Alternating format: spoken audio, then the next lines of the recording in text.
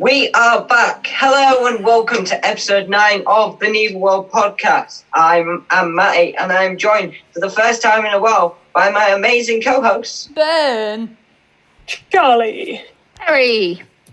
So for the last few weeks, we've not recorded because we wanted to respect and support the Black Lives Matter movement that has been a big part of the world at the moment. But we also realised that now is not a time to be silent.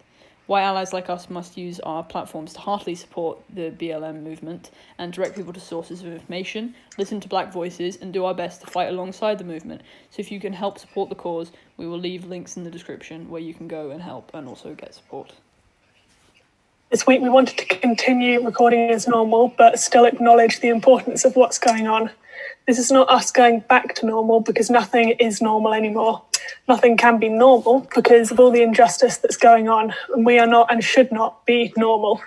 We encourage you to go to the link, which is blacklivesmatter.carrd.co, to keep yourself informed if you're a white ally or just in general, as it's a good resource. We'll resume our regular podcast schedule and continue to talk about theatre, Beetlejuice and all things, but we felt that this message was important to state beforehand.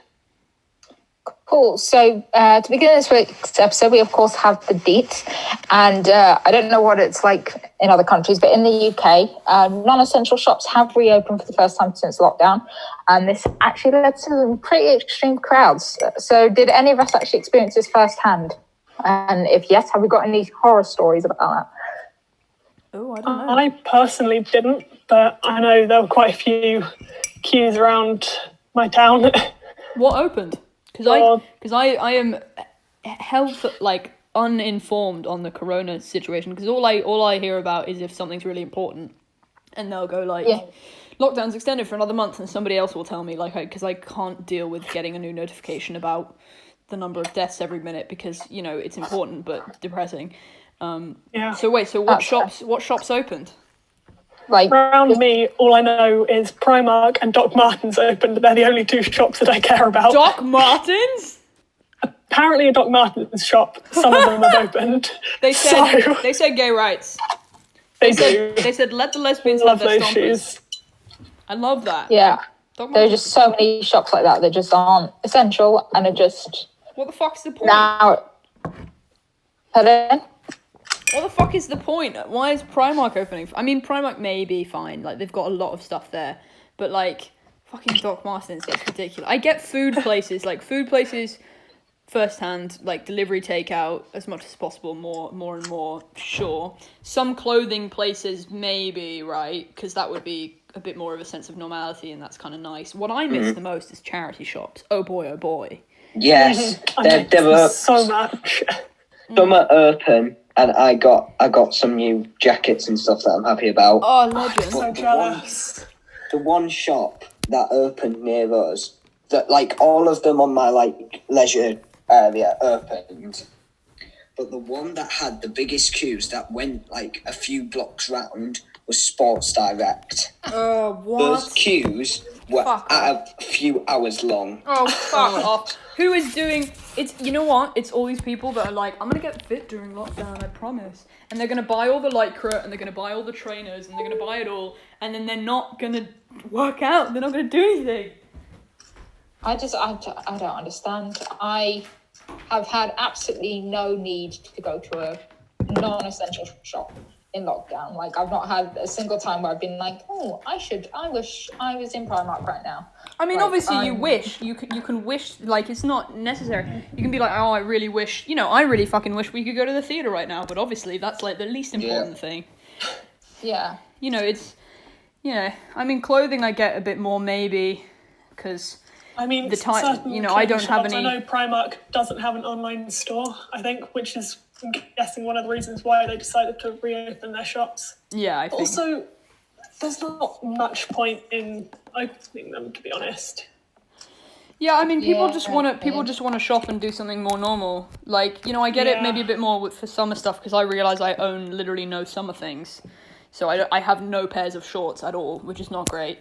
Or I have one that I borrowed from someone else. So I get that for, the time changing and maybe getting some more weather appropriate stuff. So Primark I'm not super mad about, but like Sports Direct, I guess.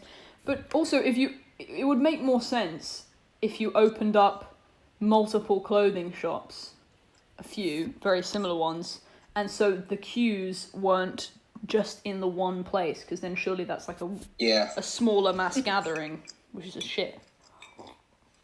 Which is silly. But what is it? Yeah.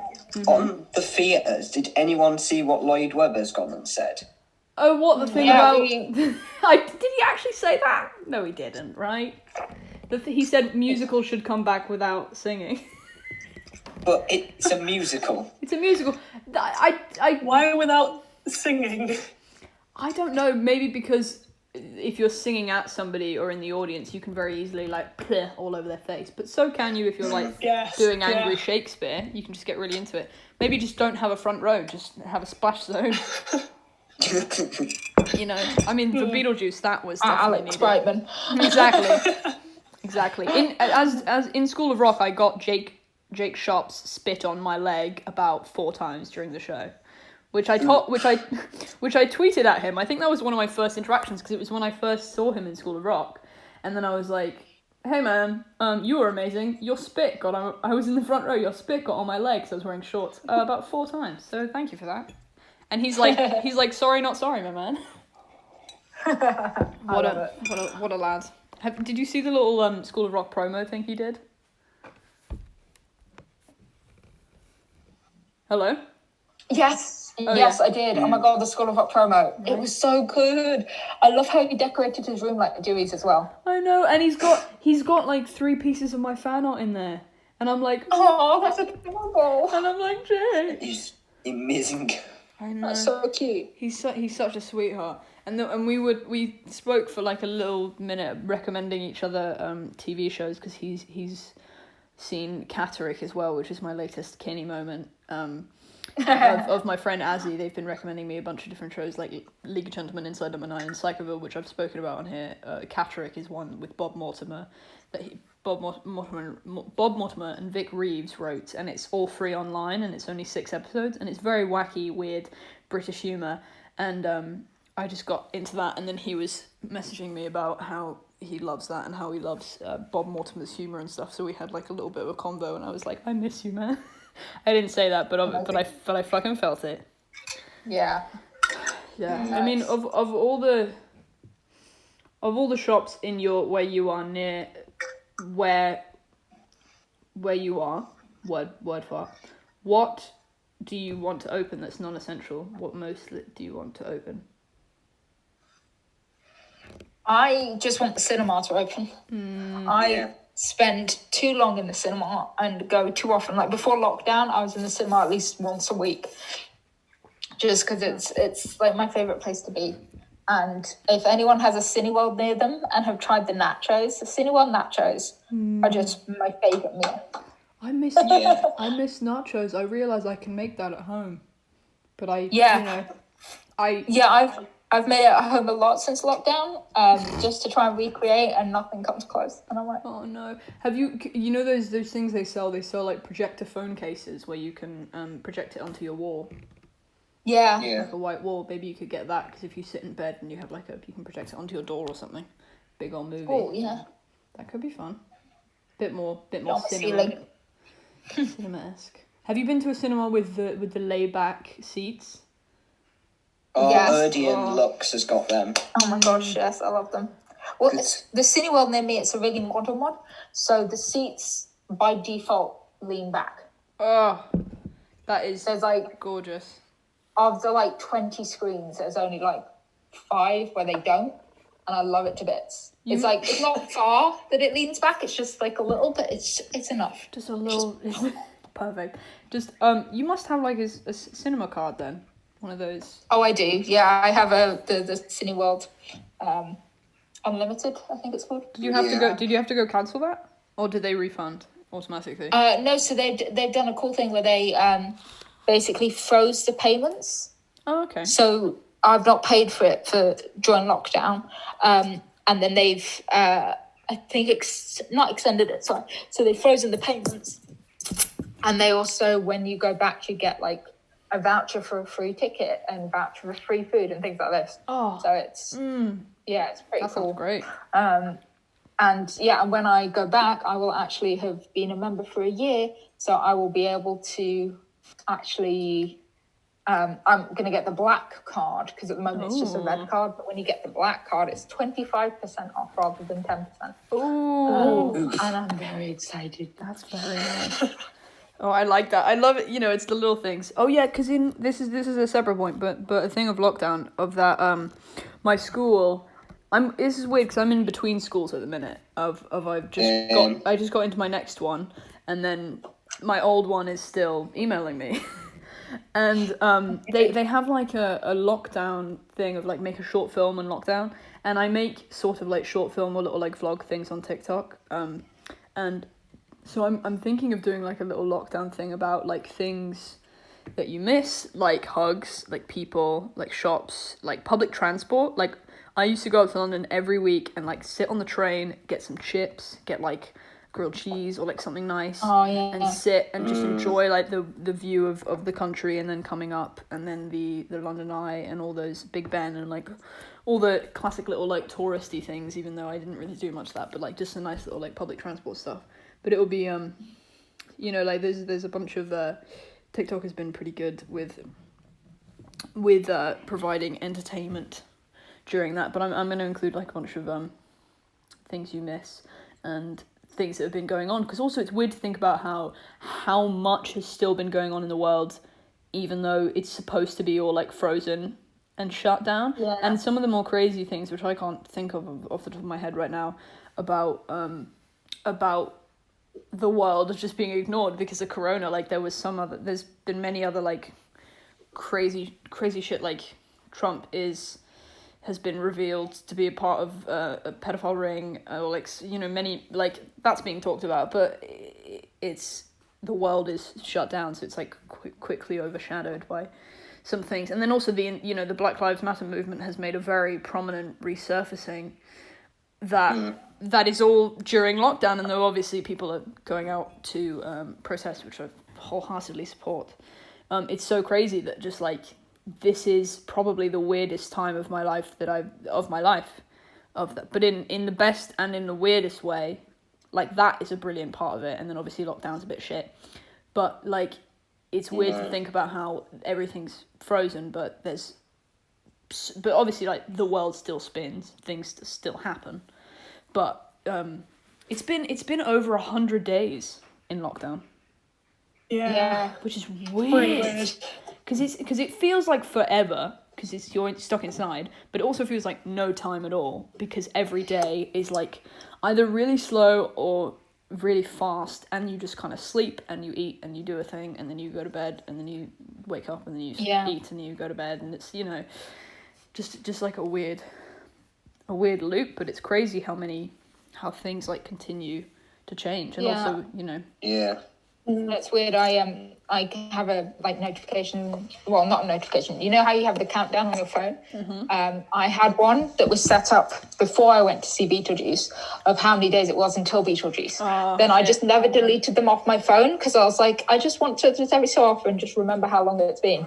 And I, for the first time in a while, checked it the other day, and I'm 126 days since I saw Beetlejuice, and it doesn't feel like it's been that long. But oh gosh, it's been that long. Yeah, I mean, it's so weird, because also then you think about like what was the last thing you did, because it was all reasonably sudden. Because like the last thing I did was like my concert, and then the last time I went up to London was that train there, and then the train back, and it was like a nice night out in London, and it was exactly the same. And then also the attitude towards people, because right now I'm staying like in the country with family, and which is nice, but so I don't see people anyway, but if I'm going down to the shops and you see one or two people, like it's very easy to avoid people anyway, but the weird little walk you have to do around people now, and you know what's happening. Both of you look at each other and you know that it's not anything weird, it's not like I don't like you or anything mean. It's just automatically you feel it's like you've got something wrong with you, because potentially everybody's carrying this virus, so it has this weird dynamic between everyone of like this thing of like, oh god, 2 meters apart, and this weird little walk, or like standing waiting for somebody else to go past you. Like, because also that's something of we all wish that it would just go back to normal, and there's a million TikToks of being like, when quarantine is over, but when it's over, maybe to a degree, it's still going to be people doing that. You know, people are still going to be like, I'm not going to immediately get very close to you. It's not going to immediately be like, now we can all hug, now we can all go to concerts again, now we can all it's all going to be a bit weird for a minute, you know, which is it's going to take quite a while to go back to normal again, I think. Yeah, Definitely. exactly. Just might just never go back to normal, to be honest. I think to a degree it's got to, because there's got to be, you know, I think then what it might become is what it's been suggested to have become, of that people who are vulnerable have to just be more careful, and then people who after they figure out more specifics of it, of who genuinely could be really, really hurt by it, people who are more vulnerable, susceptible, lower immune systems need to kind of continue to wear masks and do all the things, and we just also need to be reasonably careful about it, but we still need to, like, you know, go on trains and do school and do things after a while, you know, like, it's, as well as I don't super trust the government, full stop, but also I don't super trust the government to be like, oh, we're off lockdown now, guys, as in, like, it's not going to be because it's safe now, it's probably going to be because they care more about the economy than human lives, which they always have. But especially right now, you know, like it's really, really odd. But I do look forward to when I can hug people again. But also the good thing about lockdown is that if we are all genuinely in lockdown, like, for months, you can at least probably meet up with a few friends and you're like, hey, I haven't had any symptoms for like 5 months. I think we can probably hug, you know? Like, I think that will probably be slowly but surely becoming a bit more okay. It's just more like the everything being back to normal might be quite weird, and shops reopening and yeah, I mean, like, the 2 meter thing, because it slows down everything and it becomes this weird, you know, like popping to the shops, like a Waitrose, or a Lidl or an Asda or like whatever, like you have to stand outside and wait for that guy with the bodyguard to kind of like let you in after somebody else has left, and it's weird. I mean, the queues are shorter inside, which is nice. But just have to queue to get in instead. Exactly. Yeah, it's all just like you see people, but it's not quite human contact. It's like, I mean, it's, you know, it's a quarantine. It's a weird distancing against a social distancing. Yeah, I don't know. You know, that's just when I got that assignment of make a thing about how lockdowns impacted your life. I was like, yeah, how has it? Let's think about it for a minute. And obviously, there's all these little weird, in smaller ways than you'd think, because it's not like the apocalypse that you'd imagine of like it's zombies and everybody's in their own town and you can't trust anybody and it's all like shooting everybody. But it's the thing of rioting and uprising and protesting against the corrupt law enforcement system in a beautiful and brilliant way, and then also in isolation from people for fear of this virus, and all these just like things all happening at once in this crazy weird way. And I'm basically saying the same thing over and over again, and you know this, but this is, you know, it, not to get too introspective, but you know, it is weird. It is weird. It is. Yeah. I mean, that's all you can say, really. I've always was speaking for too long, but you know, it is weird, but it's fine though, and it's brilliant of how things have come together of you know, how everything has been taken to like online. And what I'm thinking about as well is unbeknownst to a lot of people, like non-intentionally, we've made things a lot more accessible and less ableist. And that's not like, sadly, that wasn't the purpose. The purpose was just for everybody's gain and you know, whatever. But then now suddenly that everybody's affected by being stuck at home and limited to certain areas online, suddenly everything becomes a bit more accessible, which is great. But it's a shame that we didn't think about that before, of people who are more confined to their houses or more more limited in communication or whatever, you know? Absolutely. I mean, so for me personally, I do have disability. It means that I have to take a lot of time off work sometimes, if I'm injured or things like that. And before it was just I'd be sat at home, I'd be injured, I wouldn't be able to get to work, but I would if like my brain was fine. So now, because of all the lockdown and things like that, I've actually, despite being injured and despite having days that usually I wouldn't be able to get to work, I've actually been able to be at work because it's working from home and it's just on my laptop in my living room. So like I'm sat there with a hot water bottle and blankets, but I'm still able to do my job. Exactly. And it's really, it's cool that that's now been set in place. And I hope that when lockdown is all lifted and everything, jobs that can be done at home will still continue to be in cases where the person can't get to work. So places like my place of work, yes, it's a call centre, so the main stuff you need to do is the calls, but you do also have to do emails. So it could be that they could look into employing someone who otherwise wouldn't be able to get a job that can sit at home and just do the emails. Exactly, because that's one beneficial thing of that we're all slowly but surely coming out of lockdown, because it would also mean that working from home will remain more acceptable, because it would mean less people having to go to work, so then it will slowly be more people who are less essential but more essential than others, like that can't work from home, slowly they start to go back into work, but then those that can do work from home, and that becomes a more acceptable thing. That for those who need to, for whatever reason, because it's super important. Because otherwise, also, you know, with some jobs, there's like limited amount of sick days, and that sort of makes sense for, you know, some people just use it to skive off. Some people use it if they got a cold, they can't be bothered that day or whatever. But then you know, it's never usually for people with genuine like chronic illnesses. Chronic illnesses, exactly. And then also, you know, people just don't make accessibility choices for buildings or spaces or things like that, and also, you know, just getting and also not even disability stuff, but also monetary things of you can't always afford to get to work every time of getting the train or getting a car, and you don't always have the facilities for that, and it's just, you know, it's nicer that, and it's something we definitely should be actively thinking about, of that being a thing rather than just being like, we're not going to make the effort because this is too much effort for us, and we are, you know, just couldn't care, which is not good. Yeah. But I'm glad that there are definitely a lot of positives that have resulted from, you know, this whole thing in the light of very shitty circumstance. Which is nice, which is like the positive aspect of it, rather than just like, oh God, we're all stuck inside for 100 days. Definitely. Yeah. And there's, have you guys seen the Michael Sheen and David Tennant thing? I haven't seen it yet, but Staged. I've seen some of the episodes. It's hilarious. Is it on BBC iPlayer? Yeah, it's on BBC iPlayer. And yeah, I'd say definitely watch it if you're a fan of David Tennant and Michael Sheen. Like 80% of it is absolutely hilarious because it is David Tennant and Michael Sheen. But they decided to add a plot, and the plot, I don't care. Okay. I don't really care about the plot. I care about David Tennant and Michael Sheen ripping the shit out of each other over Zoom.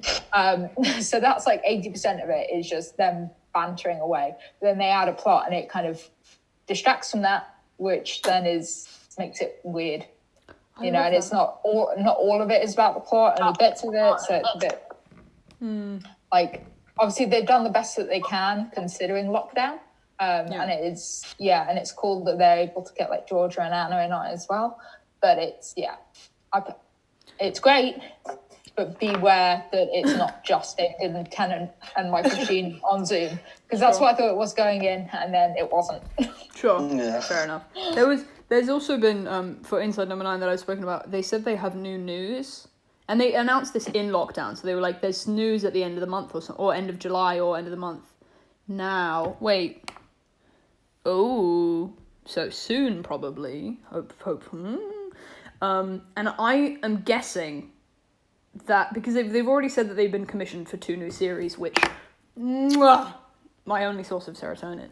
But like, you know, one of the bigger ones, and I'm hoping that it's going to be something like that, like a Zoom thing. That'd be that they could cool. do, right? But also, like, I mean, it's also maybe doable that those two actually see each other in person, because I wonder if they have, because Steve and Reese. But I think, you know, people have made some really cool things done with Zoom, and definitely for an Inside Number 9, you can do some cool, like, plot twisted shit with that. Oh, yeah, definitely. So I think I'm hoping it's that, because then if we actually have any episodes or content, it could be like a special version of it, just for lockdown. That would be quite nice to see. Definitely. But if not, I've no fucking clue what the news is. Because, you know, what are they going to do in lockdown unless they're just like, fuck social distancing? Unless they're writing an Inside Number 9 play. No, so you know the episode Tom and Jerry? Tom and Jerry with the homeless man coming into the guy's apartment? Yeah. That was originally a play. Oh, was it? That was so originally they dive back into like some older ideas, and the play was supposed to be like a representation of depression, or kind of like something dragging him down in his life, and that's kind of like reasonably apparent in the episode. And how this guy comes in and he kind of like rips all the life out of him. And that was originally a play, and then they pulled it out and turned it into like a 30-minute thing. But they've said, because also Steve has done some more musical stuff, and Reese has too, but I feel like Steve is more of the musical man. He was like, we want to do like a musical Inside Number 9, and they've done some music stuff. So cool. They did like Empty Orchestra, which is the karaoke one, which I fucking love, and that's probably the closest they've gotten to that. But boy, oh boy, I would love for them to do an actual musical episode, because also, you know, like that would be really funny, because also the different mediums in location, in plot, in creepy, in like the different things they do, but as well as like storytelling of the second episode is them not speaking. There's like 3 lines in it, in the whole thing, pretty much. And it's all at the very, very end, and it's all like this communication via things that aren't direct speech, and I love that. So you have to actually pay attention and do that. But they're clever boys, and me and my friend Azzy had an idea for an episode, which I will text you later, but I don't want to announce on a podcast, because nobody's gonna fucking steal it. Nobody will, because nobody cares. But it was just a really good idea. Just in case. But it was a really good idea, and then immediately I was like, Google Reese Shearsmith and Steve Pemberton email, because I want to find out if I can tell them. But another fan of them apparently met Steve, and Steve was like, do you have any Inside Number 9 script ideas? And they were like, yes. And he was like, ooh, do let us know. And so I'm like, ooh, maybe. Because it's quite hard to write a 30-minute thing always for ages, like with different plots and different settings and characters. And so like, if you can have a little bit of suggestion, that would be cool. Because we have like a basic idea, but I don't really write. All right, I'm not always sure where to begin, but I can come up with decent ideas, but not sure how to structure it. So if I was just like, so me and my friend Azzy kind of developed that, and if we just went, hi, take this, and you guys wrote it, but if you could just say, like, idea by Azzy and Ben, but you can still say written by Steve Pemberton and Reese Shearsmith. So it's not like us going, just produce this for us. It's still, you know, them writing it's their thing, but yeah. Yeah, exactly. That's awesome. Exactly. Getting it done. Anyway, moving. That was not at all the original question, but we were lacking in stuff to talk about shops, so I just got weird about it. Just went for it. Great. Just went for it. Anyway. So, moving on. This week, as you can probably tell by this point, we don't have a guest, so we're skipping Attic Chat. But Perry has you've had an exciting week. I have, yes. So I have had a week where it wasn't meant to work out like this, but it worked out like this. That yesterday and the day before, I did Zoom calls to, one was with the Broadway Clubhouse and the other one was Broadway Plus. The first one was a Broadway Clubhouse dance masterclass with Will Blum. Oh, yeah. If you don't know, is the understudy for Beetlejuice. He's your father? And he's my Jealous. dad. And yesterday Happy Father's Day, Will Blum. Yeah, absolutely. He doesn't know it, but happy Father's Day. And then yesterday was just a meet and greet with Carrie Butler, who plays Barbara. And they were both very, very lovely people. I highly recommend if they do another one, or you get the opportunity on Broadway Plus to do a meet with Carrie, absolutely do it. They're both absolute angels and just really sweet people to talk to. So please do it. But it was a great experience. Got to chat to them. With Wills, obviously it was a dance class, so I very badly learned a bit of the whole Being Dead thing part 2 dance. Oh my god, wait, yes. Yeah, so did you do the clap? Yeah, the clap bit. So it was after from Come On, Let's Make Out a Bit. Yeah. And then they do the it's good, perfect day to die, and this guy's that bit. I'm not gonna sing it. That bit, the all the things before it, I know how to do because I've seen it so many fucking times, and so so I try to get like the little hand movements that I can do in my seat when I watch it. But the little clap thing, I've been trying to find like a good video of that somewhere. Oh yeah, I will afterwards. Tutorial? I will show you, and I'll yes. Anyway, so he taught that bit. It was great because he started it by being like, I'm the worst person to teach this because it took me months to learn it and I still get it wrong on stage. But the top tip is just smile, wave your hands, and people think you're doing it right, which is great. But yeah, there was loads of really good questions from the people there. They were asking about what are the differences between Will and Alex's, and Will was saying that he looks. I think his quote was something like, he looks like he's meant to be bouncing up and down off the walls, so he might as well bounce up and down off the walls. And that even though Beetlejuice dresses really scary and he looks really scary, he thinks it's funny, and it's the best way to play Beetlejuice is to then be the nicest person in the world. He is. He's a really baby Beetlejuice. Like he comes in, he's just like hello, and everybody's terrified of him, obviously, because he looks like that. And then it's, like, if you haven't seen him, but then he comes on and he's just like, hi guys, I just want to be your friend. And it's just like, fucking, of course he is. I think his line was he's just really excitable and wants to be your friend and play and have fun. He's just there for the lulz. He's a puppy. Like, he's just a little puppy. He's a puppy. And when he was doing like the dance thing at the end of the whole Being Dead thing part 2, if you don't know, he kind of wraps his arms around Adam and Barbara. And he said, if you haven't seen the show, this isn't wrapping your arms over the shoulders like Friends. This is wrapping your arms and pulling them close together like they're your brand new toys that you're going to play with. Oh my God. That's such... I was like, such a good note. Such good notes. It's dance tutorial things from people are fucking... it's so adorable. Like, I love... Because also that shows you so much about his character and how he thinks of Beetlejuice in how he describes the dance moves. I love that. Oh yeah, like his description of it was very much like, oh, now I understand your Beetlejuice. And it's great because all of the things he was saying were things that I've kind of pointed out as my own personal differences between him and Alex, and it was nice that he was able to do that. But it was funny because he was saying that a lot of people say that the biggest difference obviously is his voice, and that with the voices, and that's a thing Alex has that he doesn't. And he was saying, but I personally think that I have a lot of things to bring to Beetlejuice that Alex doesn't, because Beetlejuice is a pansexual character and I'm a gay man and Alex is not. I love that. Fucking downright. He also confirmed that Beetlejuice is just a genderless character. Yes. That it's like anyone can be Beetlejuice, and I love it. I appreciate greatly. That's awesome. I mean, of course I can. Fucking of course I can. Because also, I'm glad, because the thing is, the difference between movie Beetlejuice and musical Beetlejuice is very, very, very different. And I think movie Beetlejuice has to be played by a guy because he's just the scum of the earth, and the whole thing is that he's literally sexually assaulting women the whole time. So it would be weird if it was a woman, because then it would be playing off the like predatory lesbian stereotype, which is not cool. But because it's kind of like they do a little bit of that, but it's still a bit iffy. But it's not as absolutely grotesque as the movie. So yeah, absolutely, he's just like a little chaos gremlin, and I love it. You know, it still shocks me that they had to tune down Beetlejuice in the movie because the original version was so bad. Was it worse?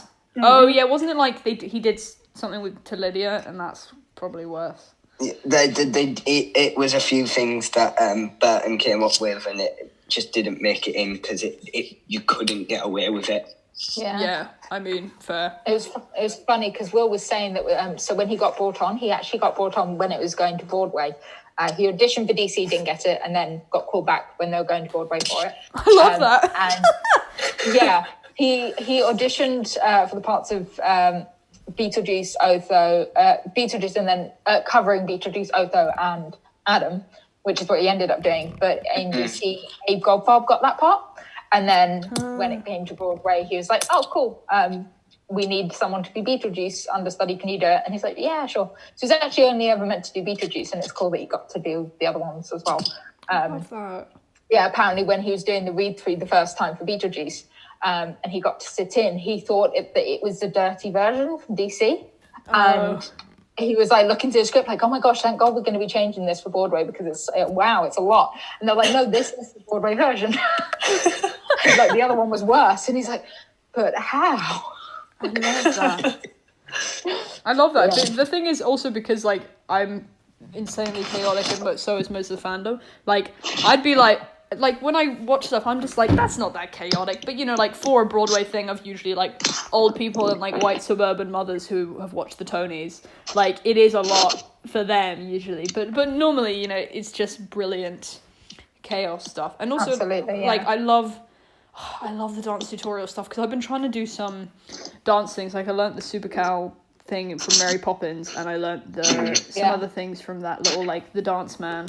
And when he was explaining it, he was just like he forgot he forgot a few of the things at a time, and then he was like SUPERC, and he's like wait, he was like what's the next letter, and then also being like after every move he was like makes sense. It was like, yeah, because obviously he's just doing it in his garden. But like, I love them. Absolutely, that's so sweet. No, so with Carrie Butler, how was Carrie Butler? Oh, she was really sweet as well. It was she did obviously no dance lessons with that. It was just chatting. She didn't talk too much about Beetlejuice. She was talking about lots of other things like Xanadu, Catch Me If You Can, things like that she's been in. And it was really cool to hear about those things because as I've said before on the podcast, I'm like a legacy Broadway nerd. I'm quite new to it. So it was cool to get recommendations from her of Broadway shows to look into and things.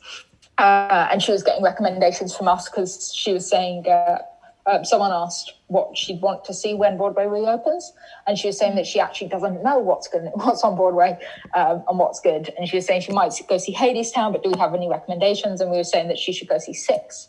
And she wasn't quite sure what that was, so we got to explain that as well. Oh my God, what a mother! Yeah, but she was adorable, and she had some lovely, great stories. Fun fact: at the beginning of the Beetlejuice run, the popcorn and drink that Alex has at the end of what's the name of the song? Ready, Set, Not Yet. Yeah.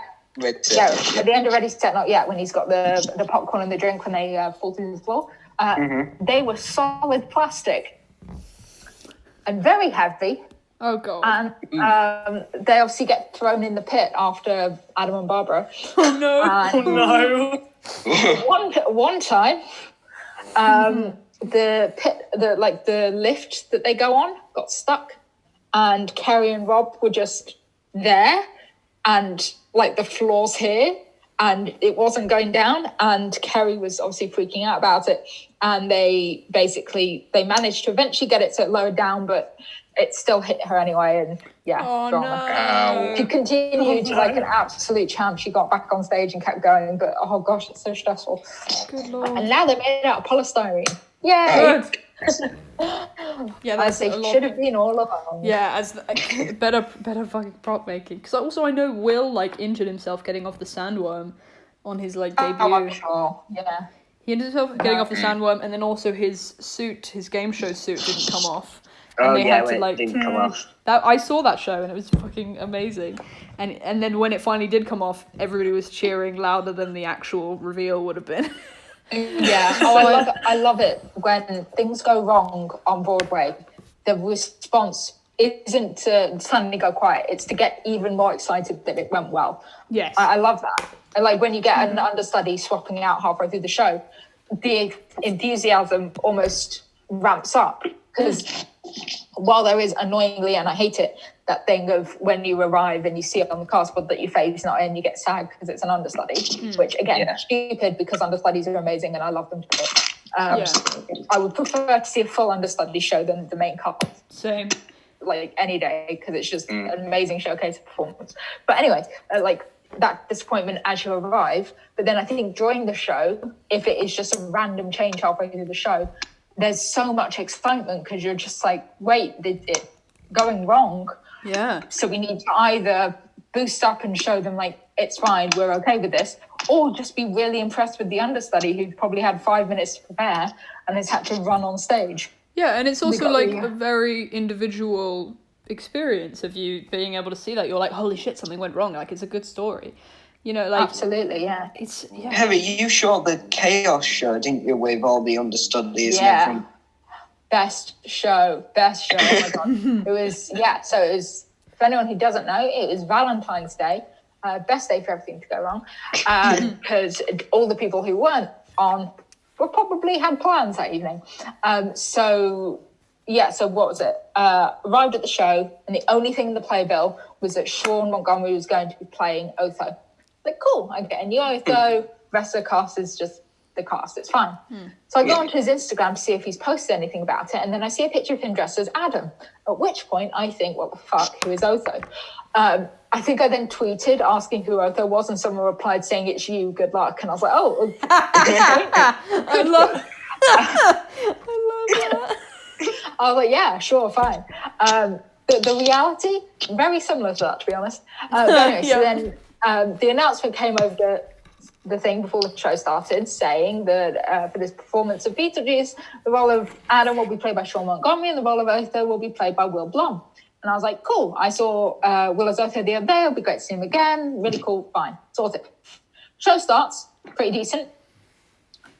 Quite quickly, I realise Alex Brightman playing Beetlejuice a little bit differently from when I'd seen him a couple of days before. I genuinely thought he might have just had a bit too much sugar, or he just like decided for this show he was just going to go a bit mental with it. He was ad-libbing, he was forgetting props. A lot was happening. Like at the beginning of Whole Being Dead Thing Part 2, when he stands up on the table with the flag, he didn't have a flag, so he did like a quick little pat down and realised he didn't have a flag. So he was just like, oh, I'll just dance, it's fine. Just dance. There's just so many little bits like that. And I thought, okay, whatever Alex Brightman has taken, I'd like some, please. Give me. He ate the flag. Person, give me. And the interval, I kind of got up, I went to the loo, I wandered round, just looked at the theatre, went upstairs, and I thought, this is a really long interval. It's been about 20 minutes and they've not said that it's starting again. I've not heard the bell or anything. It's weird. About 25 minutes of an interval, the announcement comes out.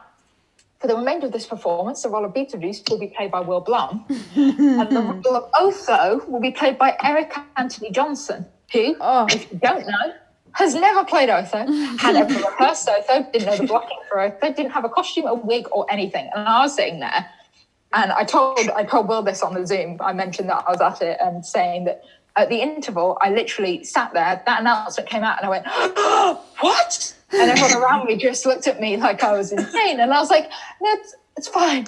Just, So I just kind of sat there freaking out. But the announcement happens, and then there's not really time to message anyone or do anything before the show starts. So I kind of just had to sit there and deal with this excitement myself. Then obviously the Beetlejuice arrives at the beginning of Act 2 by jumping up and going, boo. And I was like, I so wish that I'd missed the announcement. Because imagine the thrill of having Alex Brightman Act 1 and then just Will Blum popping up Act 2. Like, my life. I genuinely would have died, and I would have been okay with that. But yeah, so he like jumps up on stage, and anyway. And then Eric arrives. His costume, it looks like it's just random bits from everyone else's costumes. His wig is a little bit flopping over one side. He's on stage with an iPad. He's reading the script from the iPad, and I'm thinking, oh my God, at some point, sir, you're going to be on a wheel. You're not going to have an iPad to read from. What's going to happen? Thankfully, he'd managed to learn the lines by that point for that scene. But yeah, it turns out he'd had literally Alex had hurt himself in Act 1. And then I had realised in the interval that he couldn't do Act 2. So Will had like 20 minutes or something to get into costume. Eric had the interval to learn the part of Otho. To get into costume of Beach, though, Alex literally has to be there an hour before 30 minutes. Yeah. So 20 minutes is ridiculous. Yeah. Will was saying that the fastest he's ever done it was he did it in 10 minutes, where he had to go in the middle of the show. Oh, fuck. The time when Alex, he had food poisoning, so he had to go off and he like threw up off stage. And then it's great because I've heard this story a lot from Alex, where people have said what's the funniest thing, and he's like, oh, the time I nearly shat myself on stage. But it was really cool hearing it from Will's perspective, because he was just eating in his dressing room and Alex just rocked up at the door and was like, hey bud, I don't feel very well. He's like, hi bud. Will's like, shouldn't you be on stage right now? Yeah, no, it was just at the end of, like, the Maitlands had just arrived and were singing Ready Set, and Alex had run up to Will stressing him, was like, hey, I don't feel too great, and he's like, do I need to put the nail polish on? And Will was like, no, it's fine. At which point Will was like, okay, I'm putting the nail polish on. And then like 10 minutes later, at the end of Whole Being Dead Thing Part 2, Alex was done, and Will was like, okay, great, I made that decision. And he had to do it. He said it's a 30-minute makeup track, and they had to do it in 10 minutes. Wow. Which is crazy. That's impressive. Yeah, and he had to, obviously, going in Act 2 is a lot, because obviously you've got the whole, a whole Act 1 for people to get used to Alex, and then it's suddenly changing. But going in the middle of an act is just, that's stressful. Especially you can't really announce that it's happening. Like, the show didn't stop at any point; it just kept going, and suddenly it's Will. I wonder how many people thought, "Oh, is it? Oh, it just changes actor. Okay, fine." Well, I bet you some people didn't notice. I think the main noticeable thing is his voice. I think because they don't look the same, but they look sort of similar. Yeah, similar enough that someone sitting at the back wouldn't have noticed. Yeah, but also, one thing I was thinking about of you. Do you guys know the as you said that of the like quick makeup tracks? So the Frankenstein thing, which you guys saw, I did the look for. My one took 4 hours because I had never done anything like that before, and then the actual one is about 2.5 hours for each person. And basically, if you don't know, the 2 tracks, the Benedict and John, and I can't remember his last name, they switch between playing Victor Frankenstein and the creature, and I wonder if they had understudies, because if one of them is sick, what the fuck are they gonna do? That's crazy. Because they had about 66 performances, which is enough that you probably should have an understudy. But also, like, if one of them is ill, and even if they know in advance, like, the other person somebody has to play somebody else. So I figured they must have had understudies, but God, if they were sick in the middle, that is one makeup track you just can't do. They just have to whip on a bald cap and just be like limp and hope that it came across as a really cool Limp and hope for the best. Exactly. That's so funny. No, that's Anyway. a weird one. But I love that. That's a very, very good story. An exciting week. Exciting week. Yeah, but do you know the dance now? Have you got it down? I have it about as good as Will has it. Good. I had it on the Zoom. I had it to the point where I was there doing it right and Will was getting it wrong. Oh, so like father, like son. I'm like, I'm fine. Like father, like son. I love that. Yeah, that's good. I love that. Yeah. So continuing on, today's topic is a fun one. If you had to live with 3 characters from Beetlejuice, who would it be? You can mix and match cartoon, movie, and musical versions. Also, you can pick the same musical character with a different cast member. Oh, I like that. Because they're very different interpretations. Matty, what do you think? I spent a long time thinking about this. I didn't see it, but I'm going to figure it out. I choose Cartoon Beach, Will Blum's Beach, and Alex Brightman's Beach. Because they're all chaotic, and I think my life would be a lot happier. Just need the chaos in it. They're all different as well, and I'd just love to see them interact.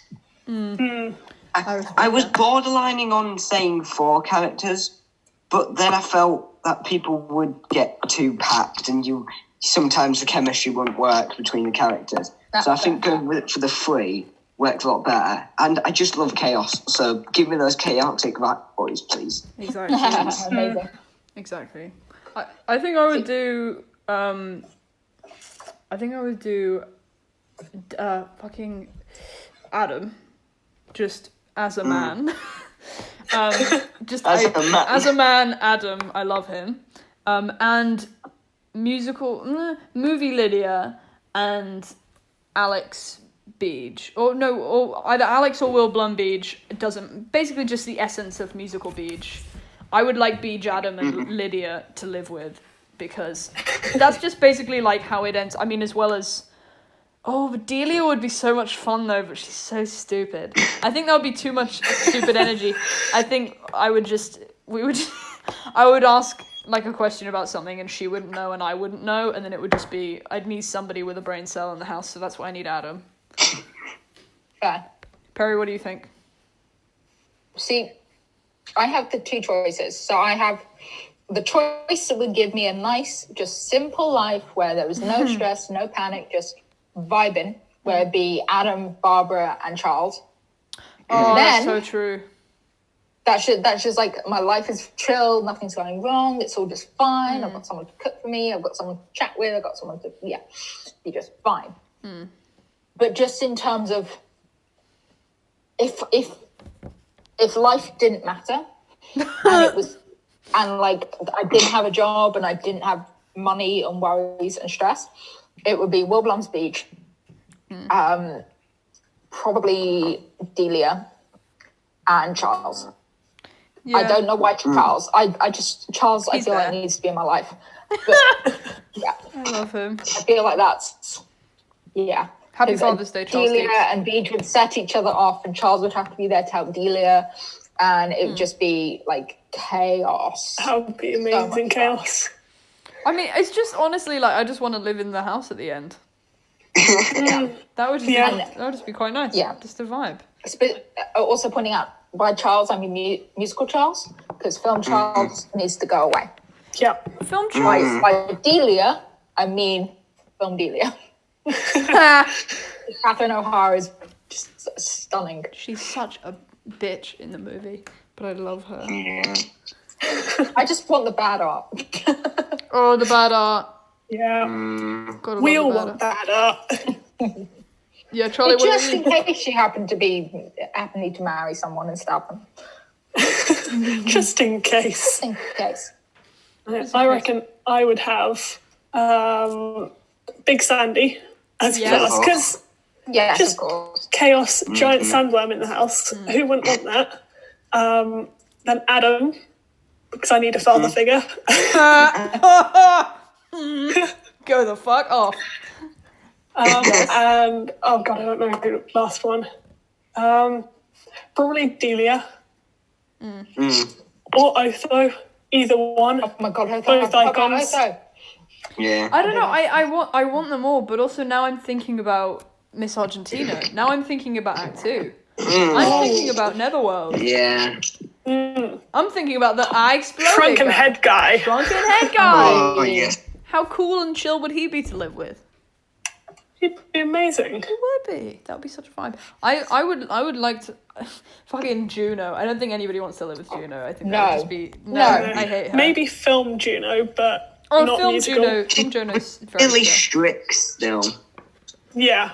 Yeah. Should just keep a sense of order in the house, maybe. Yeah.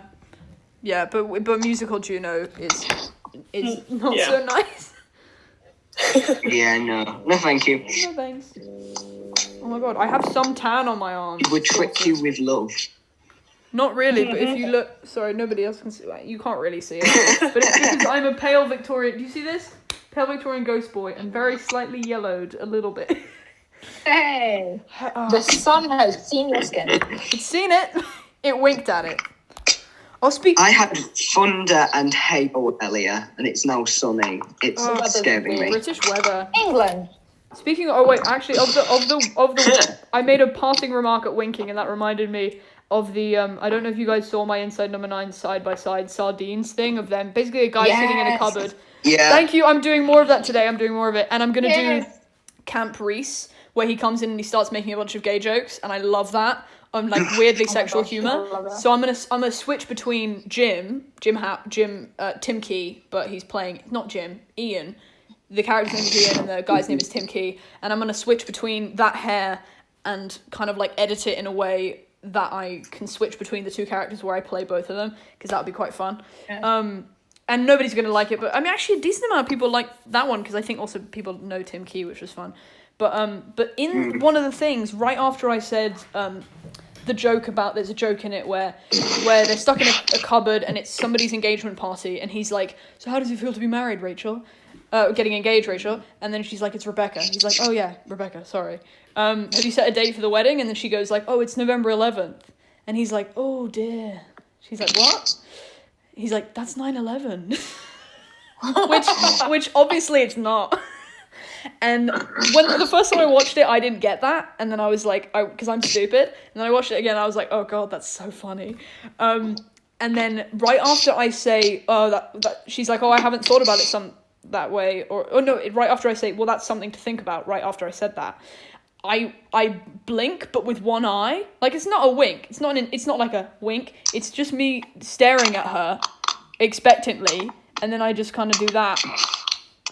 Like, I just blink with one eye, and it's so weird, but if you know the character and you know the show, like, it's so fitting, because he just does, like, a lot of heavy breathing, a lot of, like, white people smiling, of, like, and a lot of, like, weird smiling at her, like, big cheeky grin, and, and for some reason, I just realised my face did that, and I didn't know it did that, but it's fucking creepy. Wonderful. Sometimes you catch weird things of yourself on film, and you're just like, "What am I doing?"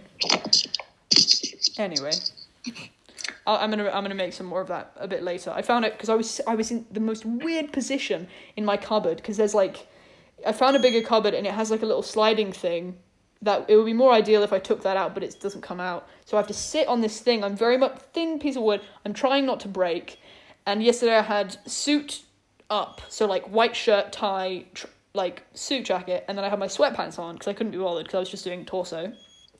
So I was in my sweatpants and suit jacket, kneeling enough so I was high enough to like hit the hangers for one shot, and just like the things you do for TikTok, man. Yeah. The things you do. Yeah. It's so crazy. Fucking weird, and it's still underrated stuff. But yeah, that's another thing that's gonna keep me busy in isolation, just to get shit done. Yeah. God, moving on. Moving on. Next, we have both those life lessons. And this week's lesson is that we're stronger united together than fighting apart, even though we're technically being forced to stay apart at the moment. Yeah, but you could be. Yeah, definitely. But you can fight in spirit. I think also that's another thing of Black Lives Matter, of sharing resources and speaking up as much as you can, even if you have a smaller platform, and including links and talking to people and calling out your family if they're being bullshit on it, like calling them out and providing them with resources and hopefully changing their minds if they're being difficult. I mean, Absolutely. yeah, it's just, there's so much you can do, even if you can't go to protests, even if you can't donate money. There's still YouTube videos you can watch that donate money for you. There's like loads of change.org. If you go onto change.org, you sign one petition, then it takes you to a separate page. It's got a list of related petitions. And literally you just press a button and you can sign like 20 of those in a minute, like more. And it's just so easy to sign petitions, and that's a great way to get your voice be heard. On the government website, they also have some. I know that it was changed recently for the UK that they're not listening to change.org petitions, only listening to the government ones. So if you go onto the government website, if you're in the UK, and look at those instead, that way they can actually be debated in Parliament. Absolutely. Another really good thing to do is writing to MPs if you can. There's this website that will like send letters for you. It's called writetothem.com, and you literally put in your postcode and it will give you your local MPs and send letters to them. So you can send as many as you want, just bugging them, be like, hey, remember remember the Black Lives Matter thing that's going on? We need to do something about this. Yeah, keep going. Come on, government. Exactly. Annoy them. Yeah, Exactly. literally annoy them. It's such bullshit that we have to sit and annoy our government into doing shit. Yeah. Because that's also what happened with George Floyd. Like, they wouldn't have charged the officer in the way that they did with second degree unless there was fucking internet outrage, as there fucking should be. And then it's weird that, like, that so many people who are defending cops right now, they're, like, so upholding the legal system and the police attached to it, but without our outrage of this injustice, they wouldn't have done. The legal system wouldn't have done shit about it. Yep. Yeah. Like, you know, it's ridiculous. So the amount of power that we have as a collective, as people, using our voices is way more than you might think. So definitely, yeah, exactly. Absolutely. Look at all those resources. It's endlessly important. Yeah, that's just something we should all be doing. Absolutely. So that brings us to the end of today's episode. So it's time to plug our social medias. So Charlie, do you want to go first? I am at Foolish Cos on TikTok and Instagram. You can find me there. Matty? Cool. The Matty Comedy shirt on TikTok and Instagram. Cool. Lovely. Ben? Benedict Get Talk on TikTok. Yeah, we got that, Matthew. Benedict Talk on TikTok. Benedict OK is how you spell it. That's how you spell that. I love it. Perry, what about you? And then I am the number 4 rats in a trench coat on TikTok and Instagram. Great. Make sure to follow the podcast on Instagram and Facebook. You can also listen to the podcast on YouTube, Spotify, and SoundCloud and catch up on all the latest episodes. I think we're going back to weekly now, or bi-weekly, or however it works out, but more continuous than previously. So thanks for joining. Yeah. Thank you for joining us and for being amazing. We'd like to give a shout out to Ren, evil.misfits, for being our amazing editor, as always, as they're going to have to sit through this and cut out all the ums and ahs as we get back into the schedule. So we do apologise for that. But thank you again to you for listening to us blabber on for about an hour. So that is the thank you and goodbye from me, Matty. Me, Ben. Me, Perry. Me, Charlie. Bye-bye. Bye.